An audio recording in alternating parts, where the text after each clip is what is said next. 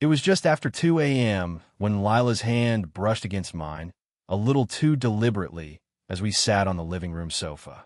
Eleanor, my wife, had gone upstairs to bed an hour earlier, tired after the small dinner party we'd hosted. Lila, her younger sister, had decided to stay the night, a common enough occurrence. The guest room was always ready. "Eleanor's such a heavy sleeper, isn't she?" Lila murmured, her voice a low purr that didn't quite match the innocent smile she offered. Her eyes, however, held a different story, a glint of something knowing, something predatory. "My name is Arthur Cole, 48 years old, and for the last 2 decades, I've worked as a lead data architect for a multinational logistics firm. My world revolves around patterns, complex data sets, and the meticulous construction of logical frameworks. I find comfort in order, in the predictable flow of information leading to a verifiable conclusion."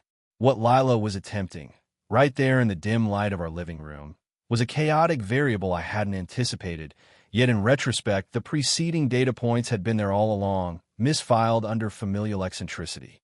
I remember shifting slightly, creating a small pocket of distance between us. "She usually is, especially after a long week," I replied, my tone deliberately neutral, aiming for casual dismissal. I picked up my half-empty glass of water from the coffee table, a small, mundane action that felt like deploying a shield. Lila's smile didn't falter, but her eyes narrowed almost imperceptibly.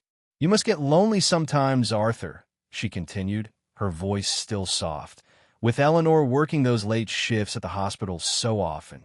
It was a statement, not a question, delivered with a subtle emphasis that felt like a fisherman gently testing a line. This wasn't an impulsive, wine-fueled moment of poor judgment on her part. This was a calculated probe, an exploratory move in a game I hadn't realized I was a player in. I stood up then, the sudden movement making her blink. "Actually, I was just about to turn in myself. Long day tomorrow." I offered a polite, non-committal smile. "The guest room is all set for you. Sheets are fresh." I didn't wait for her response, just turned and headed towards the stairs. I didn't look back, but I could feel her gaze on me, a mixture of surprise and perhaps frustration. As I climbed the stairs, my mind was already racing, not with anger, not yet, but with a cold, analytical precision. Each word she'd spoken, each subtle gesture, was being logged, cross-referenced with past interactions, with comments Eleanor had made about her sister's recent hardships or her search for direction. What Lila didn't know, what she couldn't possibly comprehend, was that her clumsy attempt at seduction wasn't just offensive. It was an anomaly in the carefully curated dataset of my life, and anomalies demand investigation. I'd learned long ago, both in my professional life and in the quiet observations of human behavior, that people rarely act without motive, however obscure or irrational it might seem to an outsider. Lila's motive was the puzzle I now needed to solve. Reaching our bedroom, I found Eleanor fast asleep, her breathing soft and even. I stood there for a moment, looking at her, a wave of protectiveness washing over me, quickly followed by a chilling thought. Was Eleanor aware of any of this? Was this some bizarre, twisted game they were both playing? I dismissed the idea almost immediately. Eleanor, for all her strengths, possessed a fundamental innocence, a tendency to see the best in people, especially her sister, often to a fault. No, this was Lila's venture, and Lila's alone. I prepared for bed, my movements quiet, automatic. My mind, however, was anything but quiet. It was sifting through years of memories, re-evaluating interactions, looking for the precursor events, the subtle shifts in Lila's behavior that I had previously dismissed or overlooked. There was the way she'd always subtly pitted Eleanor for marrying someone so serious as me. The casual comments about my income, my stability, often framed as concern for Eleanor's well-being. The increasing frequency of her visits, her extended stays, her growing reliance on Eleanor's generosity, and by extension mine. This wasn't just about a fleeting physical attraction, if that was even part of it. This felt strategic. This felt like a move designed to destabilize, to create chaos, perhaps to gain something. The question was what? And why now? Lying in bed, the silence of the house amplified the turmoil in my thoughts. I replayed the scene on the sofa, her words, her expression. There was a desperation lurking beneath the veneer of flirtation, a sharpness in her eyes that spoke of a calculated risk. I realized then that confronting her directly in that moment would have been a mistake. It would have given her the opportunity to deny, to twist the narrative, perhaps even to paint me as the one who had misread the signals, the older man flattering himself. No, this required a different approach. It required observation, data collection, and a carefully constructed response. My professional life had taught me that the most effective solutions are rarely the most immediate ones. They are built on a foundation of thorough analysis and irrefutable evidence. Lila had initiated a sequence of events, and I would see it through to its logical and likely unpleasant conclusion for her. What she didn't understand was that she hadn't just propositioned her sister's husband. She presented a complex problem to a man who solved such problems for a living. And I always finish my projects. The first step was to maintain absolute normalcy. Tomorrow morning, I would be the same Arthur she had always known, perhaps a little more reserved, but nothing to arouse her suspicion. I needed her to believe her attempt had been dismissed, perhaps even forgotten. Because if she thought I was onto her, she might alter her behavior, obscure her true intentions. And I needed to see those intentions laid bare. The game, as she had started it, was now afoot, but the rules were about to change, and they would be mine. The next morning, I made a point of being downstairs before Lila. I prepared coffee, a routine I followed every day, the familiar actions a counterpoint to the unsettling thoughts that had kept me on the edge of sleep all night. When Lila finally emerged, dressed in one of Eleanor's silk robes that was a size too large for her, she looked surprisingly composed, almost as if the previous night's encounter had been a figment of my imagination. "Morning, Arthur," she said, her voice bright, a little too cheerful. "Coffee smells amazing." She poured herself a cup, her movements casual, practiced. There was no hint of embarrassment, no trace of the calculated audacity from hours before. This, in itself, was a significant data point. Her ability to compartmentalize, to switch personas so effortlessly, suggested a level of duplicity I hadn't fully appreciated. I merely nodded. "Morning, Lila. Sleep well." My tone was even, devoid of any accusation or lingering discomfort. I needed to observe, not react. Her reaction, or lack thereof, to my feigned normalcy would tell me a lot. "Like a baby," she replied, taking a sip of coffee and leaning against the counter. "Your guest bed is so comfortable." She looked directly at me then, a fleeting, unreadable expression in her eyes before it was replaced by her usual artful innocence. It was a test, I realized, to see if I would flinch, if I would betray any sign that our late-night conversation had registered as anything more than a slightly awkward moment. I met her gaze without wavering. "Glad to hear it."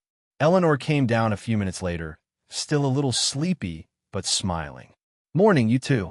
Lila, you didn't keep Arthur up too late with your crazy stories, did you?" she teased, kissing me on the cheek before heading for the coffee pot. Lila laughed, a light, tinkling sound. "Of course not, Elle. We were just catching up. Arthur's always such a good listener." The lie rolled off her tongue so smoothly, so convincingly, that for a moment I almost doubted my own memory. But the data, the raw input from the previous night, was undeniable. This was a performance, and I was now an unwilling audience member with a backstage pass to the machinations of her mind. Throughout breakfast, I watched Lila interact with Eleanor. The affection, the sisterly concern, it all seemed genuine on the surface. But now, filtered through the lens of last night's events, I saw the subtle undercurrents. The way Lila would gently steer the conversation towards her own problems, her lack of a stable job, her unlucky romantic life, her perpetual financial woes. The way she would praise Eleanor's stability, her beautiful home, her successful husband, with a faint, almost imperceptible edge of something that could have been envy, or perhaps even resentment. Flashbacks began to surface, unbidden but illuminating. I remembered a family barbecue 2 summers ago. Lila had cornered me by the grill, ostensibly asking for career advice, but her questions had quickly veered into more personal territory. My investments, my long-term financial plans, how Eleanor and I managed our finances. At the time, I dismissed it as idle curiosity, perhaps a clumsy attempt at adult conversation from someone still figuring out her path. Now, it felt like reconnaissance. Then there was the incident last Christmas. Eleanor had received a beautiful antique locket from me, a piece I knew she'd admired for months. Lila's reaction had been peculiar. She'd gushed over it, of course, but later, I'd overheard her telling Eleanor, "You're so lucky. L. Arthur spoils you rotten. Some men just don't appreciate what they have until it's gone, you know?" A strange, almost threatening undertone that Eleanor, in her trusting nature, had completely missed. I'd filed it away as another instance of Lila's sometimes melodramatic pronouncements. Now, it felt like a foreshadowing, a piece of a larger, unsettling pattern. Even Eleanor's casual remarks about her sister took on new meaning. "Lila's just going through a rough patch," she'd say. Or, "She means well, Arthur. She just makes impulsive decisions." Eleanor had always been Lila's staunchest defender, her unwavering supporter, providing not just emotional comfort, but often financial bailouts that I suspected were more frequent and substantial than Eleanor let on. My role as a data architect often involved sifting through vast quantities of information to find the signal in the noise, to identify the underlying structures and dependencies that governed a system. Lila was now that system, and I needed to understand its inputs, its processes, its desired outputs. Her attempt to seduce me wasn't an isolated event. It was a symptom of a larger, more complex algorithm driving her behavior. The question of why loomed large. Was it a simple, misguided attempt to wreck her sister's marriage out of jealousy? Was it a play for my perceived wealth? A shortcut to the stability she so obviously craved but seemed incapable of achieving on her own?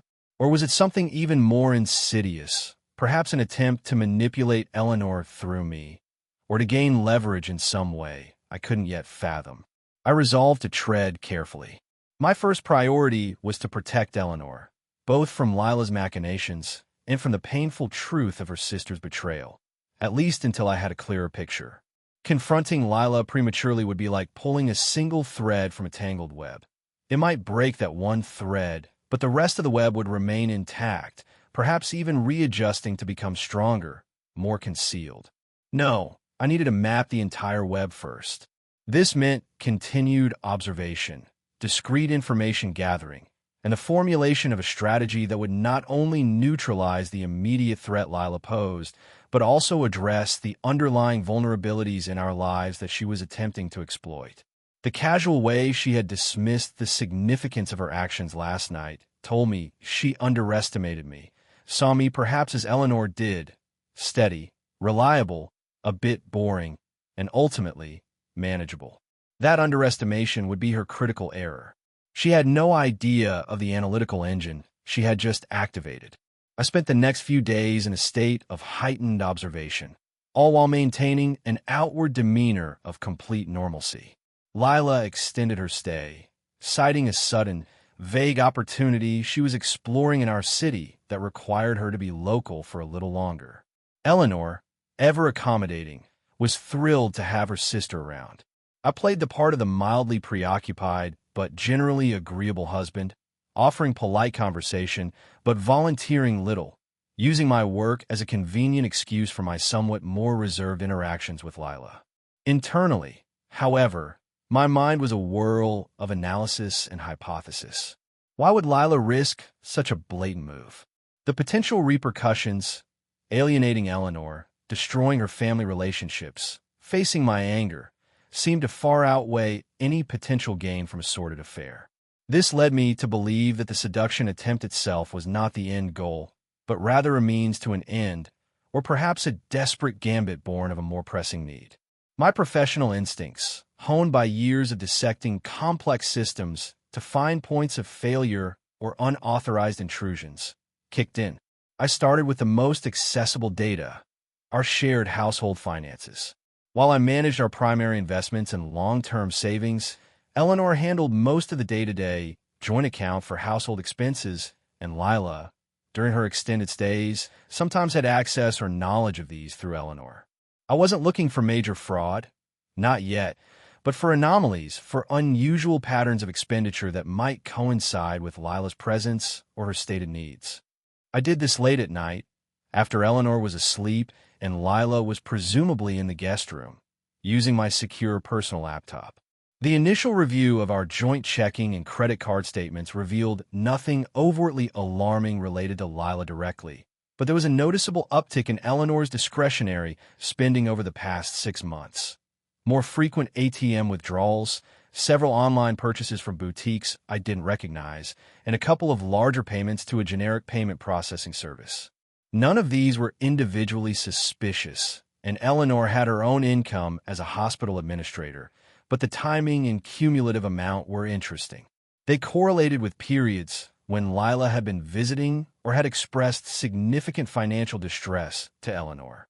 It was circumstantial, but it suggested a pattern of Eleanor quietly supporting Lila to a greater extent than I had been aware. This wasn't about Eleanor deceiving me. It was about her inherent kindness and Lila's potential exploitation of it. My next step was to consider Lila's own financial situation, which, according to Eleanor, was perpetually precarious. Lila had a string of short-lived jobs, a receptionist here, a sales assistant there, but nothing that provided real stability. She often spoke of grand plans, of online ventures or creative projects that never quite materialized, always needing a little seed money or help to get back on her feet. I decided to do a discreet public records search, something well within ethical and legal boundaries. I was looking for signs of significant debt, judgments, liens, bankruptcies. What I found was more subtle but equally telling. A series of small claims court filings against her in a neighboring county over the past 2 years, mostly for unpaid rent and outstanding utility bills.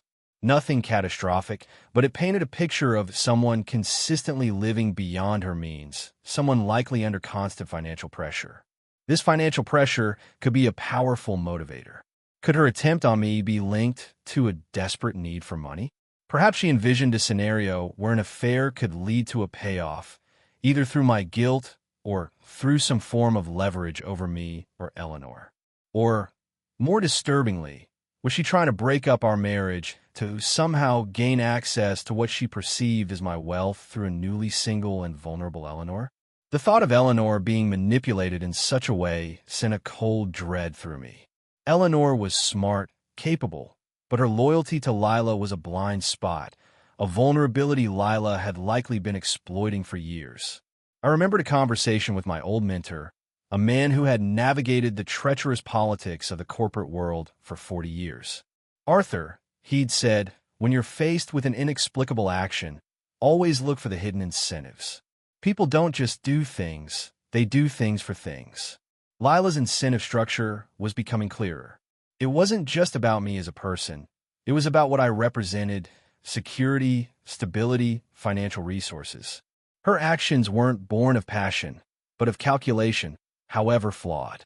The seduction attempt was likely a high-risk, high-reward strategy. If it worked, she might gain an ally, a benefactor, or at the very least, create chaos that she could somehow turn to her advantage. If it failed, as it had, she would rely on my discretion and Eleanor's forgiveness to avoid immediate consequences. What she hadn't factored in was my refusal to simply dismiss it. I started to formulate a quiet plan. It wasn't about revenge, not in the traditional sense. It was about exposing the truth in a way that would protect Eleanor and neutralize Lila's ability to cause further harm. This would require more than just my suspicions. It would require concrete, undeniable evidence of her intentions and manipulations. I thought about the security system I'd installed in our home a few years back after a minor break-in in the neighborhood. It included motion-activated cameras in the main living areas and entry points. I rarely reviewed the footage unless something specific triggered an alert, but the system recorded to a secure cloud server. Perhaps Lila, in her casual arrogance, had forgotten about them or assumed they weren't always active. It was time to review the logs, not just for the night of her advance, but for the entirety of her recent stays. The patterns I suspected were all there, waiting to be assembled. The decision to review our home security footage was not one I took lightly. It felt like a breach of the casual trust that normally existed within our home, even with guests. But Lila's actions had already shattered that trust, and my priority was to understand the full scope of her intentions, primarily to protect Eleanor. I waited until a weekday when Eleanor was at the hospital for a long shift and Lila had announced she was meeting an old friend for lunch, an old friend whose existence I was beginning to doubt. Once the house was quiet, I logged into the security system's cloud portal. The interface was familiar. I designed similar data management systems for clients. I filtered the recordings for the past month, focusing on the common areas: the living room, the kitchen, the hallway leading to the guest room. I started with the night of the dinner party, fast-forwarding through the innocuous segments of us eating, chatting, Eleanor eventually heading upstairs. Then, the crucial period after Eleanor had gone to bed. The footage was clear, if a little grainy in the low light. It showed Lila and me on the sofa. It captured her leaning closer, her hand movements, her suggestive posture. It didn't capture audio, which was a limitation, but her body language, juxtaposed with my clear disengagement and eventual departure, painted a damning picture. There was no ambiguity. It was exactly as I remembered, a clear, unsolicited advance on her part. This alone was significant, but I needed more than just confirmation of that single event. I needed to understand if this was an isolated incident or part of a larger pattern. I began meticulously reviewing footage from her previous visits over the last few months. It was painstaking work, hours of mundane activity punctuated by small, revelatory moments. I saw Lila on the phone frequently, her conversations often hushed, her expression furtive when she thought no one was watching. On several occasions, after Eleanor had left for work and I was presumably in my home office, Lila would wander through the house, lingering in my study, looking at the books on my shelves, the framed degrees on my wall, even picking up photographs from my desk. It wasn't the behavior of a casual guest. It was more like someone casing a property, assessing its value, its vulnerabilities. Then I found something truly unsettling. 2 weeks prior, during a weekend visit, Eleanor and I had gone out for dinner, leaving Lila at home. The cameras showed her in my study again. This time, she sat at my desk, attempting to access my desktop computer. The login screen was visible. She tried several passwords, common variations of names, birth dates, Eleanor's, mine, even her own. After several failed attempts, she gave up, a frustrated scowl on her face. She then opened the top drawer of my desk, rummaging through its contents before quickly closing it as she heard our car pull into the driveway. My heart sank. This was no longer about a clumsy seduction. This was a clear, premeditated attempt to access my personal information, my financial data. The implications were chilling. What was she looking for? Bank details? Investment portfolio information? My meticulously organized mind reeled at the audacity, the sheer brazenness of her actions. This discovery shifted my perspective entirely. The financial pressure I'd uncovered through public records was clearly a strong motivator, but this level of intrusion suggested a more focused, perhaps even desperate, agenda. I saved the relevant video clips, time-stamped and cataloged, onto a secure, encrypted drive. My training in data integrity was proving invaluable. This wasn't just about suspicion anymore. This was hard evidence. I considered my next move. I could confront Lila immediately, present her with the footage. But what would that achieve? She would deny, she would lie, she would try to manipulate Eleanor. And Eleanor, without seeing the raw, undeniable proof herself, might still be swayed by her sister's tears and protestations of innocence. No, the reveal had to be carefully managed. It had to be irrefutable. I also needed to understand if Eleanor was an unwitting pawn in this, or if, in some misguided way, she was complicit. I couldn't bring myself to believe the latter, but I had to be certain. I decided to have a carefully worded conversation with Eleanor, not an accusation, but a gentle probe about Lila's recent behavior and financial situation. I needed to gauge Eleanor's awareness, her own observations, without revealing the depth of my own discoveries. That evening, after Lila had regaled us with a highly embellished story about her successful lunch meeting, I found a quiet moment with Eleanor in the kitchen. Lila seems a bit stressed lately, don't you think? I began, keeping my tone casual. Eleanor sighed, stacking dishes in the dishwasher. She's always stressed, Arthur. It's just Lila. She's been asking about borrowing some more money. Apparently, that online course she wanted to take is more expensive than she thought. Another course? I asked, feigning mild surprise.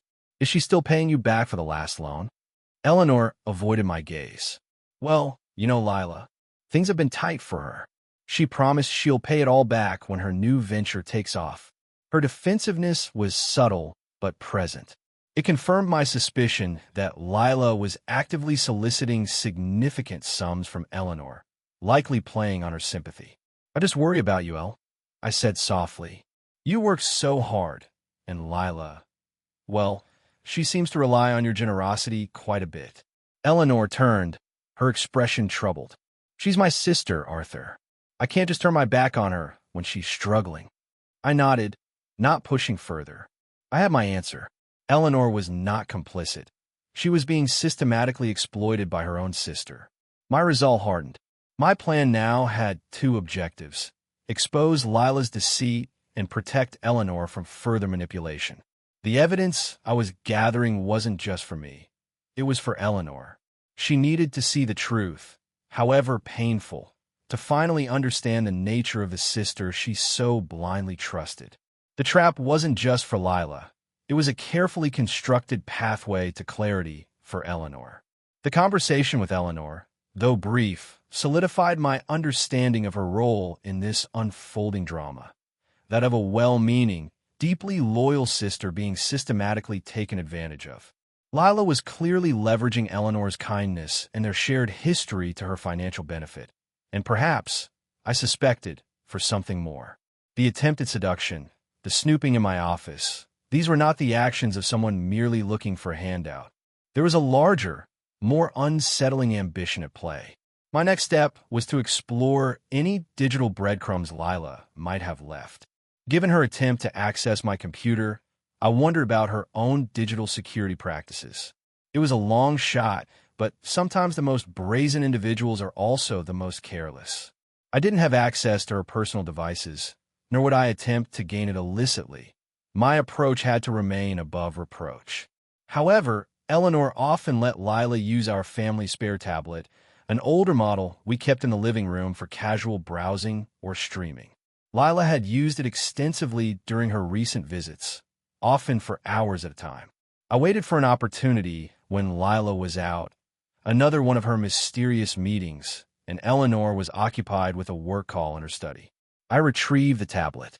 Most people, I knew, rarely bothered to log out of their email or social media accounts on shared or secondary devices. It was a common vulnerability. I opened the web browser. As I suspected, several tabs were still open from Lila's last session. Her personal email account was logged in. My ethical boundaries immediately kicked in. I would not read her emails. That was a line I wouldn't cross, regardless of my suspicions. However, logged-in accounts often have associated cloud storage or linked services. I navigated to the settings of her email provider, looking for connected apps or services, specifically cloud storage drives where she might keep documents or photos. There was a cloud drive still actively synced. I clicked on it, my heart rate quickening slightly. The drive contained a haphazard collection of files, selfies, resumes for jobs she'd clearly never seriously pursued, and then a folder titled Future Plans. Curiosity, now professionally piqued by the unfolding evidence of her duplicity, overcame my usual reserve. This wasn't idle snooping. This was an investigation into a potential threat against my family and finances. I opened the Future Plans folder. Inside were several documents. One was a detailed spreadsheet. It listed my approximate net worth, wildly overestimated, I noted with a grimace, our home's estimated market value, and various notes about asset division scenarios. Another document was a series of saved web pages, articles about spousal support laws in our state, forums discussing how to secure a favorable divorce settlement, and, most chillingly, a link to a rather unsavory website that offered advice on how to accelerate a partner's desire for separation. There were also photographs, not just of Lila, but of expensive cars, luxury apartments in resort towns, and screenshots of bank accounts. Not hers, but seemingly aspirational ones, with balances far exceeding anything she could realistically achieve. But the most damning item was a series of draft emails. They were addressed to an unnamed recipient, clearly a romantic interest, and they detailed her plan. She spoke of freeing Eleanor from a boring, controlling husband. She mentioned how, once Eleanor was single, they, Lila and this unnamed man, could help Eleanor manage her new financial independence, implying a scenario where they would benefit handsomely. She even alluded to me, describing me as cold and preoccupied, but ultimately predictable and easy to manipulate if you know which buttons to push. The attempted seduction was referenced, not as a genuine attraction, but as a test to see if I could be swayed, or, failing that, if the attempt could be used to create a rift between me and Eleanor. I felt a cold fury rise within me, an emotion I rarely experienced. This was beyond anything I had imagined. This wasn't just about money or jealousy. This was a calculated, malicious plot to destroy my marriage, manipulate my wife, and plunder our assets. The sheer arrogance, the cold-bloodedness of it, was staggering.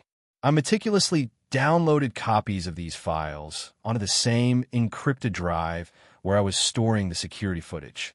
Each document, each email draft, was another irrefutable piece of evidence. The picture of Lila was no longer that of a struggling, somewhat misguided individual. It was of a calculating predator. At this point, I considered involving an ally. My cousin, David, was a private investigator. His skills could be invaluable in uncovering more about Lila's co-conspirator, this unnamed man mentioned in her emails. But I hesitated. Bringing in an outsider, even family, felt premature. I needed to control the narrative, control the reveal. My first loyalty was to Eleanor, and I needed to present this to her in a way that minimized her trauma, though I knew some pain was inevitable. I also thought about confronting Lila with this new evidence. But again, I held back. Her knowing what I knew would only make her more defensive, more adept at covering her tracks or twisting the story. No, the plan remained the same. Gather all the facts, build an unshakable case, and then, at a time and place of my choosing, lay it all bare. The tablet, now a treasure trove of her duplicity, was carefully returned to its spot in the living room, its digital secrets now safely in my possession. Lila returned later that afternoon, humming a cheerful tune, completely oblivious to the fact that her carefully constructed facade was crumbling. She even asked if I could help her with a small technical issue on her laptop later. The irony was almost too much to bear. "Of course, Lila," I'd said, my voice betraying nothing. Happy to help. The game was far from over, but I now held a significant number of the key pieces. The evidence I had gathered was substantial, painting a clear picture of Lila's intentions and her systematic attempts to undermine my marriage and financial stability. The security footage, her attempts to access my computer, and the damning contents of her future plans folder on the cloud drive. It was a compelling case. Yet I still felt a piece of the puzzle was missing. The identity of her co-conspirator, the unnamed man mentioned in her draft emails. Understanding his role and motivations seemed crucial to grasping the full extent of Lila's scheme. My cousin David, the private investigator, came to mind again. His expertise in tracking digital footprints and uncovering hidden connections would be invaluable. After careful consideration, I decided it was time to bring him in. I trusted David implicitly. He was discreet, professional, and fiercely loyal. I met him for coffee at a small, out-of-the-way cafe, laying out the situation and the evidence I collected so far, omitting only the most personal details of the seduction attempt itself, framing it more as a pattern of inappropriate behavior. David listened intently, his expression growing more serious as I detailed Lila's actions and the contents of her cloud drive. "This isn't amateur hour, Arthur," he said after I'd finished. "This is a calculated play. The language in those draft emails, the financial targeting, it has the hallmarks of a practiced manipulator or someone being coached by one." He agreed to look into Lila's communications and financial activities, focusing on identifying her associate. He emphasized the need for legality and discretion, which aligned perfectly with my own approach. "I'll cross-reference phone records if you can get Eleanor's permission for Lila's call logs from any shared family plan. Look for recurring numbers, trace financial transactions, if any are visible through public or semi-public channels linked to Lila," David explained. "It's like your data work, Arthur, just with human variables." While David began his investigation, I continued to maintain a facade of normalcy at home. It was becoming increasingly difficult. Lila's presence felt like a constant, insidious pressure. She became more persistent in her subtle attempts to get my attention, often engineering situations where she and I would be alone, then making comments about Eleanor's long hours or my supposed loneliness. Each instance was a fresh piece of data, confirming her unwavering commitment to her destructive agenda. I deflected her advances with practiced ease, my responses brief and non-committal, giving her nothing to work with, nothing to misconstrue. Eleanor, meanwhile, seemed increasingly stressed. Lila's financial requests were apparently escalating. One evening, I overheard a hushed, tearful phone call Eleanor was having, presumably with Lila. "I just don't have that much right now. Arthur and I have joint finances for major things. I can't just—" Her voice trailed off. My heart ached for Eleanor. She was caught between her loyalty to her sister and the dawning, uncomfortable realization that Lila's demands were becoming unsustainable. I knew I couldn't let this continue for much longer. David called me a week later. "I think I found your guy," he said, his voice grim. "His name is Marcus Thorne. Mid-30s, operates on the fringes of the wealth coaching and lifestyle guru scene. Has a history of associating with women in financially vulnerable positions or those who have access to wealthy partners. No criminal record, but a string of civil disputes related to unpaid debts and questionable investment schemes." David sent me a file containing Thorne's photo, social media profiles, mostly private or carefully curated, and summaries of his known activities. The photo matched a vaguely familiar face I'd seen in the background of one of Lila's older social media posts, a group shot from a networking event. He was exactly the type Lila would be drawn to, superficially charming, promising quick routes to success and luxury. "The connection," David continued, "appears to be through a series of online forums and a few shared acquaintances in that aspirational lifestyle community. Lila seems to have initiated contact with him about 8 months ago. There are also some small, recurring payments from an account linked to Lila to one of Thorne's known shell companies, labeled as consulting fees. This was the missing piece. Lila wasn't just acting out of desperation or jealousy. She was likely being guided, manipulated even, by Thorne. He was the architect of the more sophisticated aspects of her plan, the financial targeting, the legal phrasings in her notes. Lila was the instrument, but Thorne was the composer. This realization both angered and saddened me. Lila, for all her faults, was perhaps also a victim in this, a pawn in Thorne's larger game. But her own choices, her own greed and malice, were still hers to own. The evidence was now overwhelming. I had the seduction attempt on camera, her unauthorized access to my office and computer, her detailed plans to dismantle my marriage of finances, and now, the connection to a professional manipulator. It was time to prepare for the endgame. My plan was not simply to confront Lila, but to create a situation where her entire scheme would unravel in a way that was undeniable, primarily for Eleanor's sake. I needed Eleanor to see the truth, not just hear it from me. I began to think about how to stage this reveal. It had to be controlled, irrefutable, and ideally, it would also expose Thorne's involvement. The annual family gathering for Eleanor's parents' anniversary was in 3 weeks. It was usually held at their lakeside cabin. Lila would be there. Thorne, I suspected, would not be invited, But Lila's behavior and perhaps her communications during that weekend, away from her usual environment, might provide a final, crucial piece of evidence or an opportunity. I started to outline the steps, the way I would present the information to Eleanor, the timing, the desired outcome. This wasn't about winning a fight. It was about restoring truth and protecting my family. The quiet data architect was about to execute the most important project of his life. With Marcus Thorne's identity and his likely influence over Lila established, my strategy shifted from mere evidence gathering to planning a controlled detonation. The goal was to expose Lila's entire scheme in a way that would leave no room for doubt, especially in Eleanor's mind, and to do so with minimal collateral damage to our family, if possible. The upcoming family gathering at Eleanor's parents' lakeside cabin for their anniversary seemed like the most appropriate, albeit emotionally charged, venue. It would be a contained environment, and key family members would be present, people whose opinions Eleanor valued. I needed to ensure the presentation of evidence was overwhelming and irrefutable. Over the next 2 weeks, I meticulously organized everything I had. The security footage, copies of Lila's future plans documents, David's report on Marcus Thorne, and a timeline of Lila's suspicious activities and financial requests from Eleanor. I compiled it all into a secure digital folder, creating a clear, logical narrative, much like I would for a complex data analysis presentation.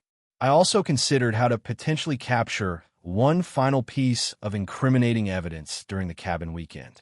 David suggested a discreet, high-quality audio recorder. If she's feeling pressured or cornered, or if Thorne is pushing her for results, she might make a call or have a revealing conversation, he advised. Legally, recording conversations you're a part of, or that occur in your home or a shared space you have a right to be in, is often permissible, especially if it's to protect yourself or your property from criminal action. But check your state's specific consent laws. Our state was a one-party consent state, meaning as long as one person in the conversation, me, if I engineered it, or if it was a general conversation in a common area of the cabin where I was present, knew it was being recorded, it was legal. I decided to acquire a small, unobtrusive device, planning to use it only if a clear opportunity arose where Lila might incriminate herself further, particularly regarding Thorne's involvement or her explicit intentions towards my marriage or finances. The week before the cabin trip, Lila's behavior became increasingly erratic. She seemed more anxious, her attempts to engage me in conversation more forced, almost desperate. She made several comments about needing a significant financial breakthrough soon. I suspected Thorne was applying pressure. On the Friday we were due to drive to the cabin, I put my plan into subtle motion. I accidentally left my personal laptop, the one she'd seen me use for work, but not the one containing my investigation, open on my desk in the home study for a brief period while I was ostensibly busy elsewhere. I had enabled a keystroke logger and screen recording software on it, positioning it as a security measure I was testing for work. I knew Lila's curiosity and her previous attempts to access my computer might tempt her. If she took the bait, it would be another powerful piece of evidence showing her persistent intent. Sure enough, when I later checked the logs, Lila had spent nearly 10 minutes on the laptop, attempting to access various financial websites and searching for files related to investments or wills. She found nothing of substance, as my actual financial data was secured elsewhere, but her actions were duly recorded. The drive to the cabin was tense. Lila tried to engage me in light-hearted banter, while Eleanor, sensing the underlying strain between us, though she didn't know the cause, attempted to mediate with cheerful small talk. I remained polite but distant. At the cabin, the extended family atmosphere was both a help and a hindrance. There were fewer opportunities for Lila to corner me, but also fewer chances for private conversations that might be revealing. Eleanor's parents, her aunts, uncles, and cousins filled the space with laughter and reminiscence. Lila, however, seemed on edge, frequently checking her phone, her smiles not quite reaching her eyes.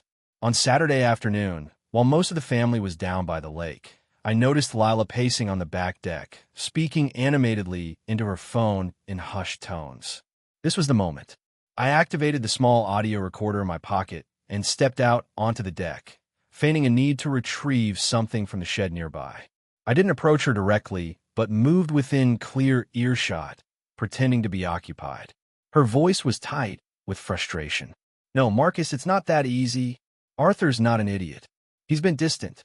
I told you, the direct approach didn't work. Yes, I tried the laptop again. Nothing useful. What do you mean escalate? No, I'm not doing that. That's insane. That could actually get us into real trouble. Look, I need more time or more money from you to tide me over. Don't threaten me, Marcus. You're in this as deep as I am now." She hung up abruptly, her face pale. She hadn't seen me. I retreated quietly, the recording secure. It was perfect. Her own words, confirming Thorne's involvement, her attempts to access my information, and a reference to some escalation plan that sounded nefarious. Later that evening, after dinner, when the family was gathered in the living room sharing old stories, I knew it was time. I asked Eleanor to join me on the porch for a private conversation. The air was cool, the lake serene under the moonlight. It was a stark contrast to the storm I was about to unleash. "Eleanor," I began, my voice gentle but firm, "there's something very serious I need to tell you about Lila, and I have proof for everything I'm about to say." Her smile faltered, replaced by a look of apprehension. The stage was set. Eleanor looked at me, her eyes wide with a mixture of confusion and dawning fear. "Arthur, what is it? You're scaring me." We were alone on the screened-in porch of the cabin, the distant sounds of family laughter a surreal backdrop to the conversation I was about to initiate. I took a deep breath. "Eleanor, for some time now, Lila has been engaged in a series of actions that are deeply concerning and, I believe, deliberately intended to harm us, our marriage, and our financial security." I paused, letting the weight of my words sink in. I wouldn't say this without irrefutable evidence. Her first reaction was denial, a flash of anger in her eyes. "That's ridiculous, Arthur. Lila would never. She's my sister. She's been having a hard time, yes, but she wouldn't intentionally hurt us." This was the response I expected, the fierce loyalty that Lila had exploited for so long. "I know this is difficult to hear," I said, keeping my voice calm and steady. "And believe me, I didn't want to believe it either. But I need you to listen, and then I need you to look at what I've found." For the next hour, I laid out the entire sequence of events, methodically, factually, much like I would present a critical system analysis. I started with Lila's overt attempt to seduce me, describing the scene in our living room. Eleanor's face paled, her hand flying to her mouth, but she didn't interrupt. I then detailed my subsequent observations, her attempts to access my computer, her suspicious behavior captured on the home security system, the contents of her future plans folder from the cloud drive, the financial targeting, the draft emails about breaking up our marriage, her notes on divorce settlements. With each new piece of information, Eleanor's composure began to crumble. The initial defensiveness gave way to stunned silence, then to tears that streamed silently down her face. I didn't rush her. I simply presented the facts, allowing her to process them at her own pace. Finally, I played the audio recording from that afternoon on the deck, Lila's frustrated conversation with Marcus Thorne. Hearing her sister's voice, her own words confirming the manipulation, the involvement of another party, the reference to an escalation plan, this seemed to be the breaking point for Eleanor. She sank into a wicker chair, her shoulders shaking. "Marcus Thorne?" she whispered, her voice hoarse. "Who is Marcus Thorne?" I explained what David had uncovered about him, his pattern of exploitation, his likely role as the architect of Lila's more sophisticated schemes. "I think Lila got involved with him, and he's been guiding her, possibly pressuring her," I said. Eleanor was quiet for a long time, staring out at the dark lake. When she finally spoke, her voice was filled with a profound sadness and a dawning, cold anger. "All these years, all the times I helped her, defended her, I thought she just needed support. I never imagined. She counted on your loyalty, Eleanor," I said gently. "She counted on you not seeing what was right in front of you because you loved her. How could she do this to me? To us?" she asked, looking at me, her eyes pleading for an answer I couldn't fully provide. I don't know all of her reasons: greed, jealousy, manipulation by Thorne, likely a combination of all of them. But her intentions are clear from this evidence. I showed her the secure folder on my tablet, letting her browse through the video clips, the documents, the audio file. She spent another half-hour meticulously going through everything, her expression hardening with each new piece of proof. The transformation was painful to watch, but necessary.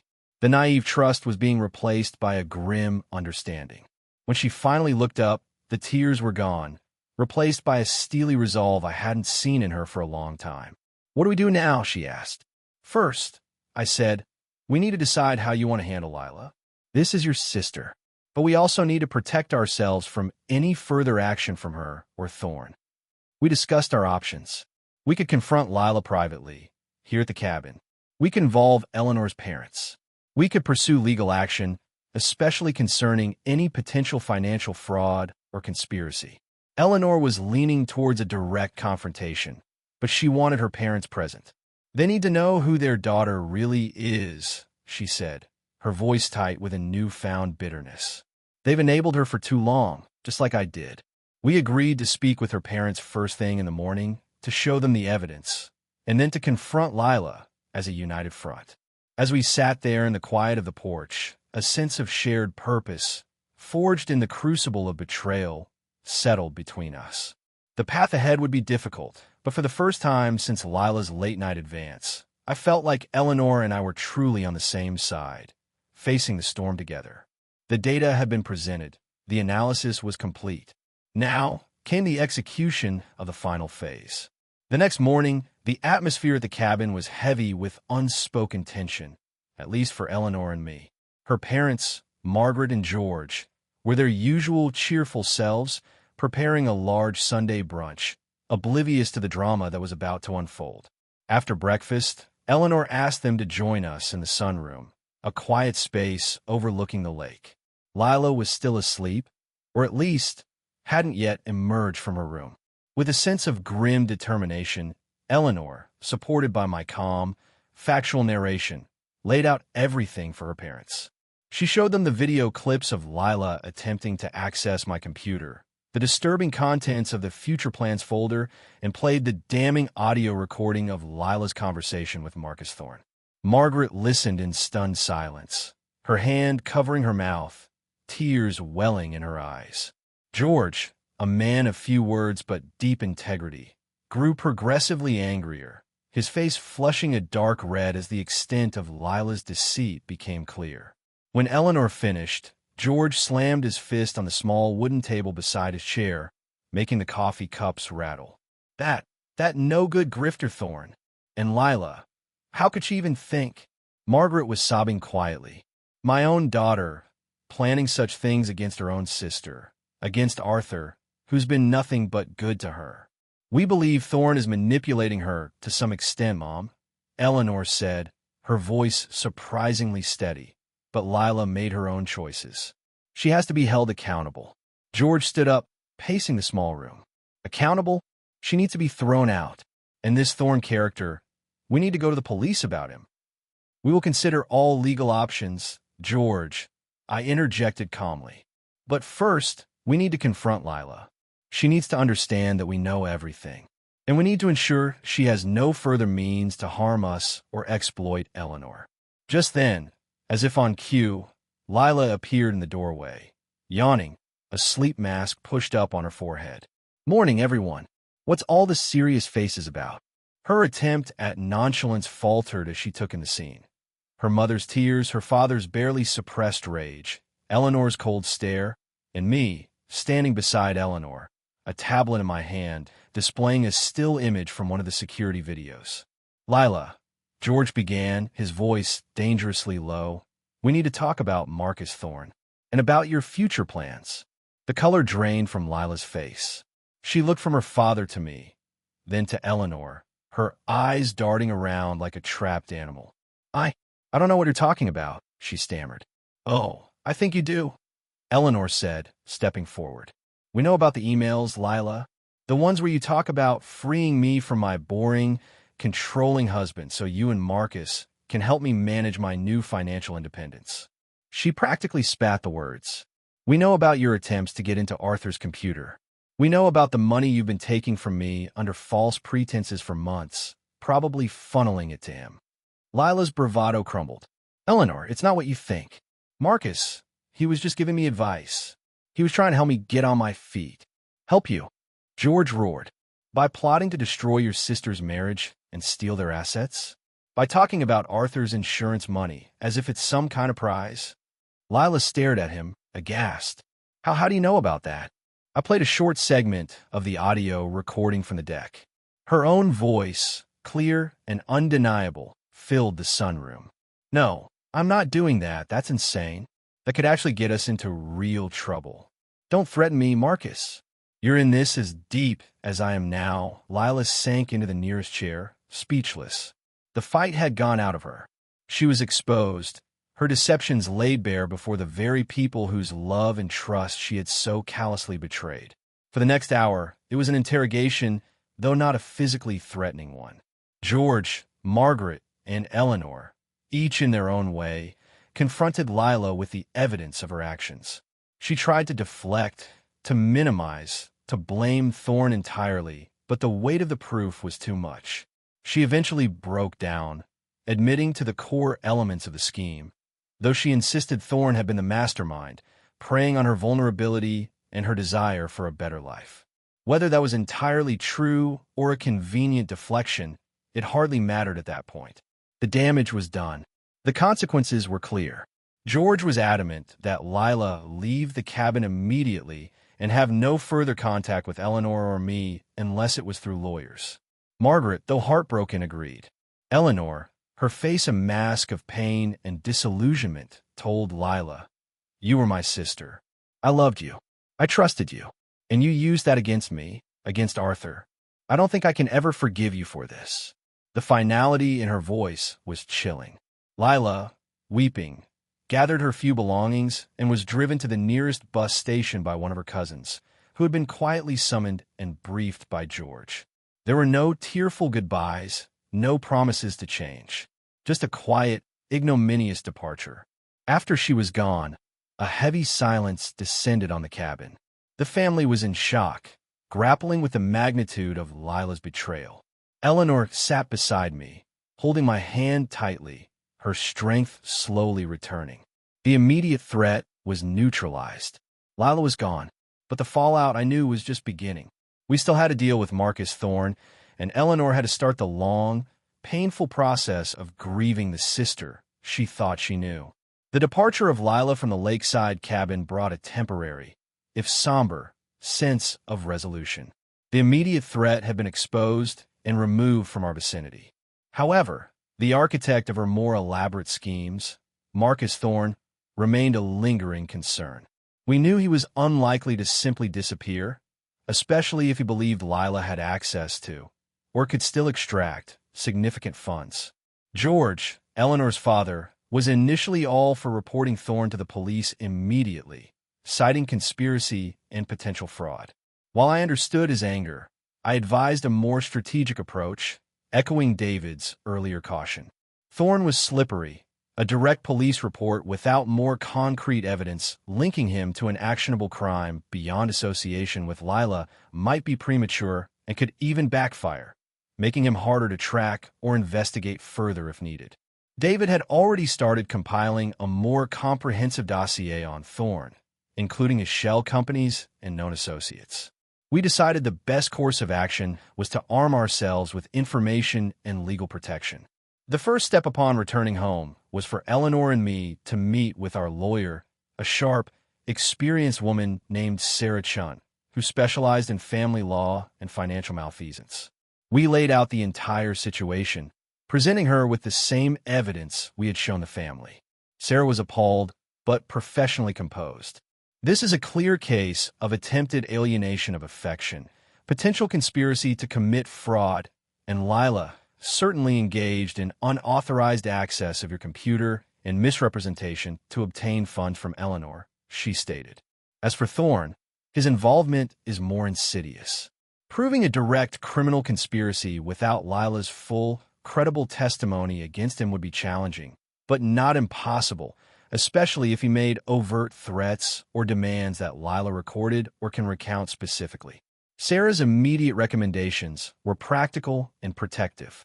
First, she advised Eleanor to completely sever all financial ties with Lila, close any joint accounts they might have had, even old, dormant ones, and change all her passwords and security questions. Second, she drafted a cease and desist letter to be sent to Marcus Thorne via registered mail to his last known business address and emailed to any known accounts. The letter would state that we were aware of his association with Lila, his attempts to interfere in our marriage and finances, and that any further contact, direct or indirect, with me, Eleanor, or any member of our family would result in immediate legal action, including reporting him to relevant financial regulatory bodies and law enforcement agencies for his questionable coaching and investment activities. This won't necessarily stop him, Sarah cautioned, but it puts him on notice that you're not easy targets, and it creates a paper trail if he continues to harass or attempt to defraud you. We also discussed the funds Lila had borrowed from Eleanor over the past year, which amounted to a considerable sum. Recovering that money would be difficult, likely requiring a civil suit against Lila, who was now presumably broke and possibly facing her own legal troubles if Thorne decided to retaliate or if any of her other minor debts caught up with her. Eleanor, with a heavy heart, decided not to pursue Lila for that money immediately. "Consider it the price of a very expensive lesson, Arthur," she said to me later. "The emotional toll of chasing her for it would be worse than the financial loss at this point. I just want her out of my life." Over the next few weeks, life began to settle into a new, more cautious rhythm. Lila made no attempt to contact Eleanor or any other family member. The cease and desist letter to Thorne was sent. We received no direct response, but David, who continued to monitor Thorne's online presence discreetly, noted a sudden decrease in his public activities and a shift in his business focus away from our region. He was likely spooked, looking for easier prey. The most significant change was in Eleanor. The experience had undeniably scarred her, but it had also forged a new strength and clarity in her. The blind spot she'd always had for Lila was gone, replaced by a more discerning, realistic view of people's motivations. Our own relationship, paradoxically, deepened. We had faced a significant threat together, and our united front against Lila's machinations had reinforced our bond. We communicated more openly, more honestly than we had in years. The ordeal had stripped away some of the comfortable complacency that can settle into a long-term marriage, forcing us to re-engage, to reevaluate what truly mattered. One evening, about a month after the cabin incident, Eleanor turned to me as we were reading in the living room. "Arthur," she said quietly, "I've been thinking about Lila, about everything. I feel so foolish for not seeing it, for letting her manipulate me for so long." "You're not foolish, Eleanor," I replied, putting my book down. "You're kind and you're loyal. Lila exploited those qualities. That's on her, not on you. But I should have listened to those little doubts I sometimes had," she insisted. "There were times I felt uneasy about her requests, about the story she told. But I always pushed those feelings down because she was my sister. We all have blind spots when it comes to family," I said. "The important thing is that when you saw the undeniable truth, you faced it. That took incredible strength." She was silent for a moment. Then a small smile touched her lips. "You know, for a data architect, you're surprisingly good at the people stuff when you need to be." I returned her smile. "Data is just a reflection of patterns, Eleanor. And people, for all their complexity, operate on patterns too. Sometimes you just need the right tools and the patience to see them clearly." The chapter with Lila was closed, but the lessons learned would remain. We had navigated a storm, and our foundations, though tested, had held. Months passed, and the drama surrounding Lila and Marcus Thorne slowly receded into the background of our lives, becoming a painful but instructive memory rather than an active threat. We heard through Eleanor's parents that Lila had eventually contacted them, full of remorse and apologies, claiming Thorne had led her astray and that she was now trying to get her life back on track in a different city. Margaret and George, while still deeply hurt, maintained a cautious, distant contact, offering no financial support but a sliver of hope for eventual, though significantly altered, reconciliation if Lila demonstrated genuine, sustained change. Thorne, according to David's occasional updates, had indeed shifted his operations, his online presence now targeting a different demographic in a different part of the country. The cease and desist letter, combined perhaps with Lila's inability to deliver any financial windfall, seemed to have been effective in deterring him from any further engagement with us. Our lives, Eleanor's and mine, found a new equilibrium. The most profound change was in our marriage. The shared crisis had acted as an unexpected catalyst, forcing us to confront not just external threats, but also the unspoken assumptions and routines that had crept into our relationship over 2 decades. We talked more, not just about day-to-day logistics, but about our hopes, our fears, our individual needs. Eleanor enrolled in a leadership course she'd been putting off for years, finding a new confidence and assertiveness that extended beyond her professional life. I, in turn, made a more conscious effort to step away from my work, to be more present, to engage with the world beyond datasets and algorithms. We even started taking ballroom dancing lessons, something Eleanor had always wanted to try, and I had always found an excuse to avoid. It was awkward at first, me with my 2 left feet, but the laughter and shared learning became a new, enjoyable ritual. One Saturday morning, about 6 months after the cabin confrontation, I was in my home office, reviewing some personal investment strategies. My approach to our finances had become even more meticulous, not out of fear, but out of a renewed appreciation for security and transparency. Eleanor came in with 2 cups of coffee. Working hard, or hardly working, she teased, a playful glint in her eye that had become more frequent. Just ensuring our data is secure and our assets are well managed, I replied with a smile. She sat down in the comfortable armchair we'd added to the office, a space that now felt less like my solitary domain and more like a shared part of our home. You know, Arthur, she said, her tone becoming more reflective, I was looking at some old photos last night. Pictures of Lila and me when we were kids. It's hard to reconcile that little girl with the person she became. People change, Eleanor, I said, or sometimes they reveal parts of themselves that were always there, hidden beneath the surface. I think what Thorne did, preying on her insecurities, her desperation, it amplified the worst parts of her. But she still made those choices. Eleanor sighed. I don't think I'll ever fully understand it, but I've accepted it. And I've accepted that our relationship, whatever it becomes in the future, will never be what it was. And that's okay. That acceptance, I realized, was a significant milestone for her. It represented a letting go of the idealized image of her sister and an embrace of a more complex, and perhaps more painful, reality. My role in all of this had been unconventional for a husband. I hadn't resorted to anger or ultimatums. I had approached the problem as I would any complex system, by gathering data, analyzing patterns, identifying vulnerabilities, and implementing a strategic solution. It was a quiet, methodical battle, fought not with raised voices but with irrefutable facts. The experience had also taught me something about myself. While I valued logic and order, I had perhaps, at times, allowed my focus on the analytical to overshadow the emotional nuances of my relationships.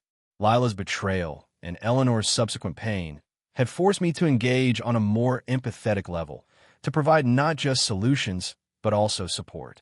Later that day, we received an invitation to Eleanor's cousin's wedding. For a moment, a shadow passed over Eleanor's face. Family gatherings would forever be tinged with the memory of what had happened. Do you want to go? I asked gently. She looked at me, then nodded slowly. Yes, she said. Yes, I think we should. We can't let what Lila did define our relationship with the rest of the family, or with each other. And so, we moved forward, not unscathed, but stronger, more aware, and more deeply connected. The patterns of our lives have been disrupted, the data corrupted by an intrusive element. But through careful analysis, honest communication, and a shared resolve, we were rewriting our own algorithm, building a future based on a truth that was harder earned, but far more resilient. The quiet satisfaction came not from Lila's downfall, but from our own survival and growth in its aftermath. 1 year after Lila's dramatic exit from our lives, Eleanor and I sat on the patio of a small villa overlooking the Tuscan countryside. It was our 20th wedding anniversary, a milestone we had decided to celebrate with a trip we'd talked about for years but had always postponed. The Italian sun warmed our faces, a gentle breeze rustled the olive trees in the grove below, and the only data I was concerned with was the wine list and the train schedule for our planned excursion to Florence. The past year had been one of quiet rebuilding. There had been no further contact from Lila, save for a single, stilted Christmas card addressed only to her parents. Marcus Thorne had, as far as David could ascertain, completely vanished from his usual online haunts, likely having found new targets or a new grift. The legal loose ends had been tied up. Sarah Chun had ensured our assets were secure, and we had taken further steps to protect our financial information and estate plans. The real work, however, had been internal, both for Eleanor and for me. Eleanor had thrown herself into her leadership course and had recently received a significant promotion at the hospital. The confidence she now exuded was remarkable. She still spoke of Lila occasionally, but the raw pain had been replaced by a more detached sadness, a recognition of a loss that was, in its own way, like a death in the family. For my part, I found myself appreciating the nonlinear, often unpredictable aspects of life more than I ever had before. My work still demanded precision and logic, but I made more room for spontaneity, for connection, for simply being present. The dance lessons had continued, and while I was still no Fred Astaire, I no longer dreaded them. In fact, I rather enjoyed the easy rhythm and the shared laughter with Eleanor when I inevitably missed a step. You know, Eleanor said, swirling the Chianti in her glass, if you had confronted Lila that night, the night she made her move, I wonder what would have happened. I considered her question. I suspect it would have been messy, inconclusive. She would have denied it, probably tried to turn it against me, claimed I misunderstood. You might have been caught in the middle, unsure who to believe. It would have been her word against mine, without the weight of undeniable proof. So your data-driven approach, she smiled, it actually saved us a lot more pain in the long run, didn't it? I believe it provided clarity, I replied. And clarity is often the first step towards resolving any complex problem. Her actions created a system anomaly. My goal was simply to understand the anomaly, trace its origin, and mitigate its impact. She reached across the small wrought iron table and took my hand. Thank you, Arthur, for protecting me, for protecting us, and for being so patient, so methodical. I know it couldn't have been easy for you, seeing what she was doing, knowing what you knew, and having to wait. Waiting for the right data points, for the complete picture, is crucial, I said. In my line of work, acting on incomplete information can lead to catastrophic system failures. I suppose I applied the same principle here. That evening, as we watched the sunset paint the Tuscan hills in hues of orange and purple, I reflected on the core narrative of the past year. A betrayal, yes, but also a testament to resilience. An attempt to exploit, met with a quiet, strategic defense. A relationship tested and, ultimately, strengthened. I realized that my professional skills, the ability to analyze, to plan, to see patterns where others saw chaos, had been instrumental in navigating a deeply personal crisis. But it was Eleanor's strength, her willingness to face an agonizing truth about her own sister, that had truly allowed us to move forward. The experience hadn't made me cynical. Instead, it had reinforced my belief in the importance of vigilance, of not taking trust for granted, but also in the profound capacity for healing and growth, even after a significant breach. As darkness settled over the vineyards, Eleanor leaned her head on my shoulder. Happy anniversary, my dear, analytical husband. Happy anniversary, my resilient, remarkable wife. I replied, feeling a sense of peace and contentment that was deeper and more meaningful than any I had known before. The data of our life together was still being written, but the current trend line was decidedly and satisfyingly positive. Some threats, when overcome, leave you not just intact, but demonstrably stronger.